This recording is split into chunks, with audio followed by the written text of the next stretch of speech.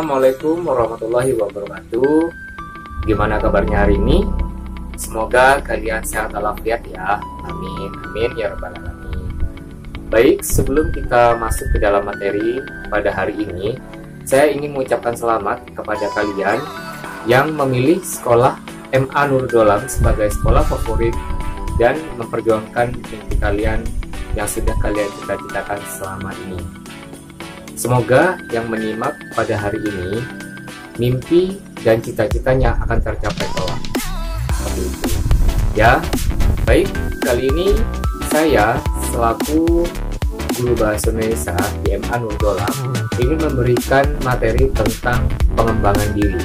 Seperti apa kira-kira? Yuk, kita bahas selengkapnya. Setiap manusia yang dilahirkan ke dunia pasti memiliki kekurangan dan kelebihan masing-masing. Allah sudah memberikan keduanya sejak kita ada dalam kandungan. Begitu juga dengan potensi yang ada dalam diri kita. Allah sudah menanamkan semuanya kepada kita semua. Hanya saja, terkadang kita tidak mampu menemukan bahkan mengembangkan potensi diri kita yang sebenarnya. Maka dari itu, kita harus bisa mengenali terlebih dahulu potensi apa yang ada dalam diri kita, sehingga kita mampu mengembangkan potensi itu supaya bisa terus terasa dan membawa kebaikan. Seperti itu. Mengenali diri sendiri merupakan hal terpenting, sebab dari kemampuan mengenali diri sendiri tersebut, kamu dapat menggali lebih dalam kelebihan-kelebihan yang dimiliki. Sehingga potensi itu akan muncul ke permukaan dan banyak orang yang mengenali kemampuanmu. Sebagai contoh saja, saya akan menceritakan tentang diri saya sendiri ya. Sewaktu saya kecil, tepatnya ketika tinggal di Surabaya, kurang lebih ketika duduk di sekolah dasar, saya suka sekali membaca komik. Terkadang saya suka membeli majalah anak-anak yang berisi aneka gambar, serta tulisan ringan tentang anak-anak. Itu awal ketika saya masih kecil. Mbak saya menanamkan cara seperti itu. Ketika tinggal di Madura, saya berusia 11 tahun. Saat itu jarang sekali ada teman-teman saya yang suka membaca. Dengan begitu, saya lebih sering mengunjungi perpustakaan sekolah dan saya menyalin setiap cerita pendek yang menurut saya menarik ke dalam buku tulis yang saya sediakan sendiri. Tentu saja dengan alasan supaya saya bisa membacanya kembali di rumah. Ketika SMA, saya iseng membuat cerita pendek. Nah, saya sendiri lupa apa alasan saya ketika cerpen itu pertama kali saya tulis. Dan alhamdulillah cerpen yang panjangnya hanya 1-2 halaman kertas folio itu saya masukkan ke dalam redaksi majalah sekolah sehingga tulisan saya dimuat di sana. Saat itu saya sangat senang sekali. Namun itulah pengalaman pertama dan satu-satunya ketika saya sekolah karena saya tidak pernah membuat tulisan lagi. Ketika lulus SMA, saya tidak bisa melanjutkan ke jenjang kuliah ketika itu ya, sehingga membuat saya berpikir untuk mencari pekerjaan saja. Selama masa menganggur di rumah itulah, saya coba berpikir, kira-kira apa potensi yang ada dalam diri saya. Saya coba mengingat kembali apa saja hobi yang saya sukai, apa saja hal-hal yang membuat saya senang saat melakukannya, dan saya ingin mengembangkannya. Untuk menggali kemampuan diri itu, saya tulis saja di atas kertas, ya, apa saja kelebihan dan kekurangan saya. Disitulah saya mulai menemukan potensi diri saya, rupanya ada di bidang menulis. Sehingga untuk pertama kalinya, saya menulis cerita dan yakin untuk mengembangkan potensi menulis buku untuk kedepannya. Alhamdulillah, sudah lahir puluhan buku yang lebih banyak bergenre fiksi, ya berupa novel dan antologi cerpen tentu saja.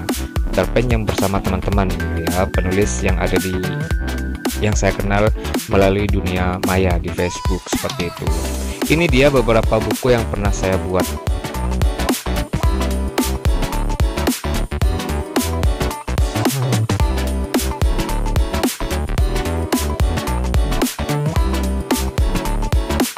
Maka dari itu, kalian sebagai generasi muda yang mungkin masih belum menemukan potensi diri kalian itu apa, ayolah coba gali dan kenali.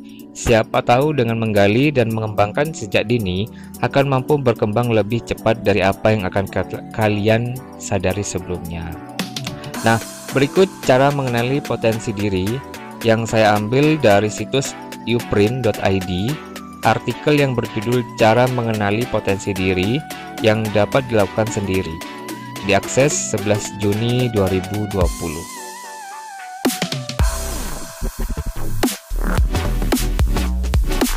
Dalam artikel ini ada 7 poin yang menjadi poin penting ya. Yang pertama, meluangkan waktu 15 menit setiap hari. Yang kedua, jangan takut mengambil keputusan. Yang ketiga, menetapkan tujuan. Yang keempat, melakukan hal-hal baru atau mencoba hal-hal baru. Yang kelima, bergaul dengan orang baru. Terus yang keenam, pertahankan komitmen. Dan yang terakhir, mengikuti kegiatan positif. Mari kita bahas satu persatu. Yang pertama, meluangkan waktu 15 menit setiap hari. Memberikan waktu luang setiap 15 menit setiap hari ini berfungsi untuk mengenali potensi diri kalian sendiri.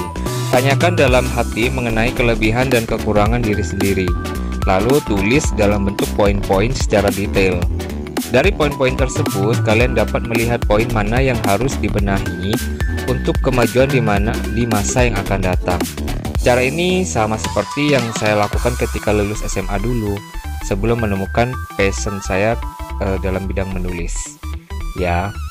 Terus yang kedua, jangan takut mengambil keputusan.